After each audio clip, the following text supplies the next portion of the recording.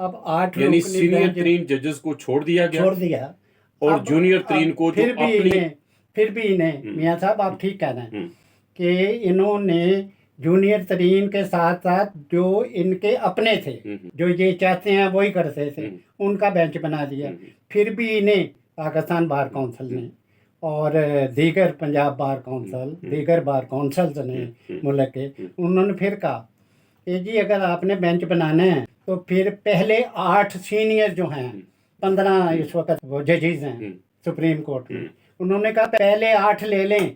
और हम तो ये चाह रहे थे कि 63A जो था ना, जिसको इन्होंने आइन री राइट किया, उसमें भी ये वकला ने, बार काउंसिल ने इन्हें कहा फुल कोर्ट बेंच बना दे।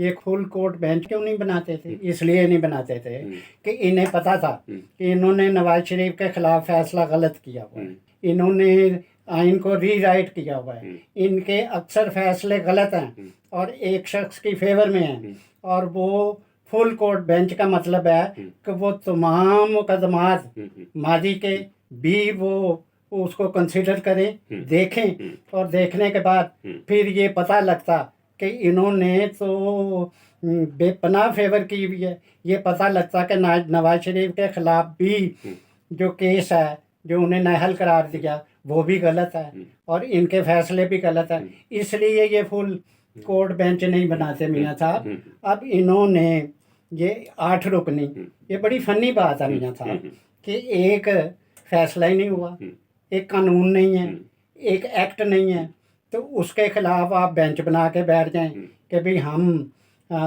इसलिए ये तो ऐसे ही है कि वो कहें कि भाई मैं आपको कह रहा हूँ कि आप पार्लियामेंट को डिसॉल्व कर दें। हैं जी, ये पार्लियामेंट को डिसॉल्व कराना चाहते हैं। ये पता है क्यों कि आप, मैं समझ रहा हूँ, ये मेरी अपनी राय है कि ये इस किस्म की हरकत क्यों कर रहे हैं। इसलिए कर रहे हैं, ये चाहते हैं कि इस मुल्क में जमहूरियत ख़त्म हो और मार्शल लॉ लगे, क्योंकि इनकी ज़िंदगी मार्शल लॉ में है।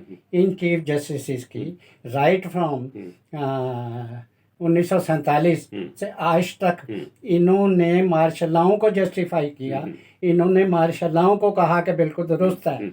और ये भी इसलिए मार्शल लॉ लगवाना चाहते हैं कि यहाँ से जमहूरियत ख़त्म हो, हम यहाँ मार्शल लॉ लगे और फिर हम वो 10 साल फिर जिंदा रहें, हुकूमत करें और हम फिर 10 साल एंजॉय करें।